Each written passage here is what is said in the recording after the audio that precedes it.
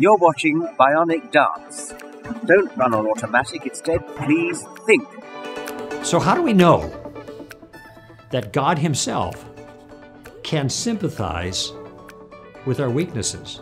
Even if we first assume that a God exists, which is a bit of a leap, I don't see how you can expect to know anything about such an elusive creature when your sole source of information is a book written in ancient times when humanity understood almost nothing about the universe. Let's do this.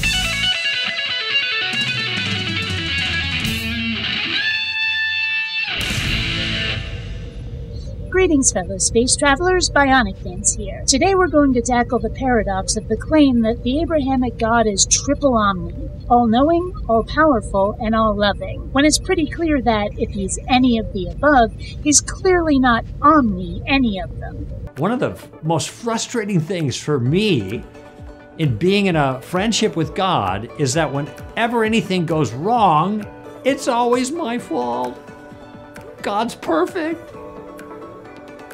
Nothing goes wrong for him. He never makes any mistakes. He knows everything. He's got all power.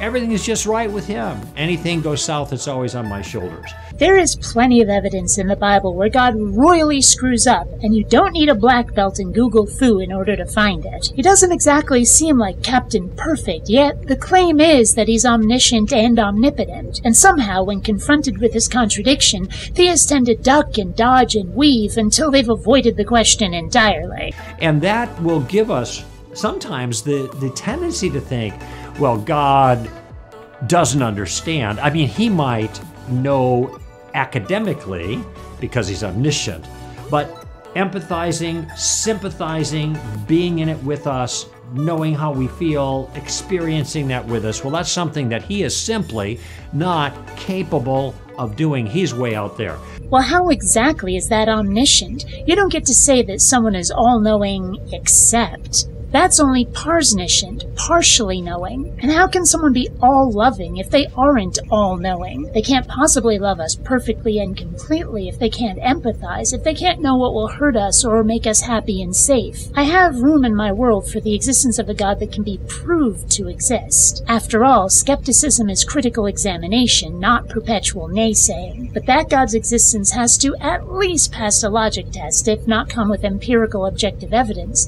And this God fails hardcore.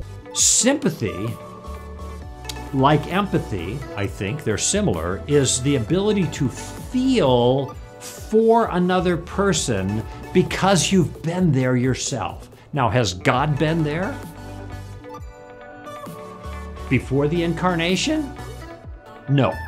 Which means that your God is, say it with me now, not omniscient. Some of you might be wondering why I'm harping on this so much. I mean, if a God does exist, does it really matter whether he, she, it, or they turns out to be triple omni? Well, no, not really. But that doesn't change the fact that the God claimed by Christians can't possibly exist as described. And there's nothing wrong with pointing out errors in logic or the absence of evidence. One might even call it virtuous. If people are basing their worldview, their entire lives on a falsehood, aren't we obligated by honesty and honor to point out their errors? Oh, I think we are.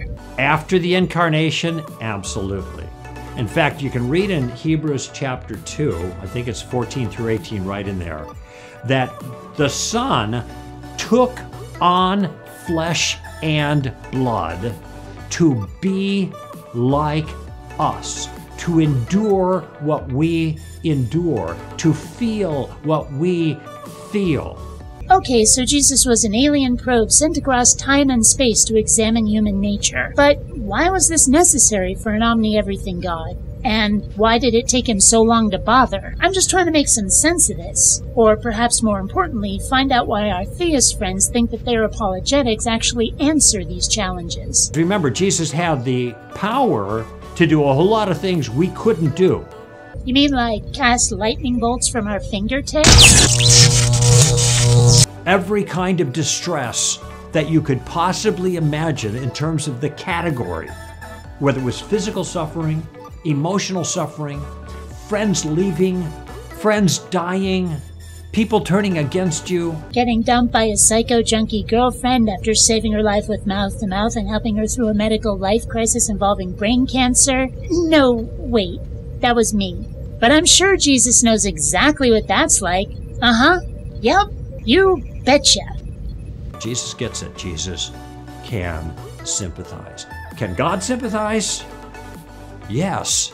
But again, he had to have his Earth agent figure it out for him, and he did it no less than 4,000 years after the creation of the universe, and it's even longer if you're not a young Earth creationist. I can't prove it, but it's long been my hypothesis that those creating the Abrahamic religion were confronted by other religions, other gods, who were imperfect, who were racked with jealousy and killing each other off. So these Abrahamics basically felt they needed a way to entice other people to their faith, and so they decided to claim that their god had a bigger dick than any other god. Do not defy him. He's too powerful. In fact, no god can possibly be more powerful, because this one is all powerful. It's like children claiming that their dad can beat up some other kid's dad. Unfortunately, they didn't think it through, and now their god fails any continuity test, making him awfully difficult to believe in. Oops. Until next time, fellow space travelers, this is BionicDance saying don't run on automatic.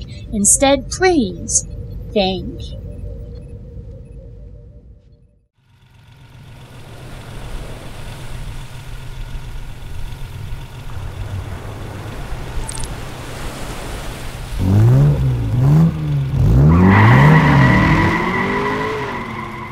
Even YouTubers need Ferraris.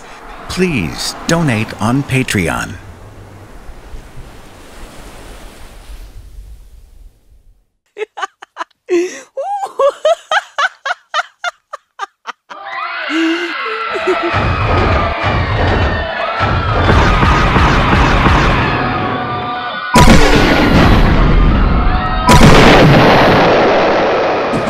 Should have rated unsubscribed.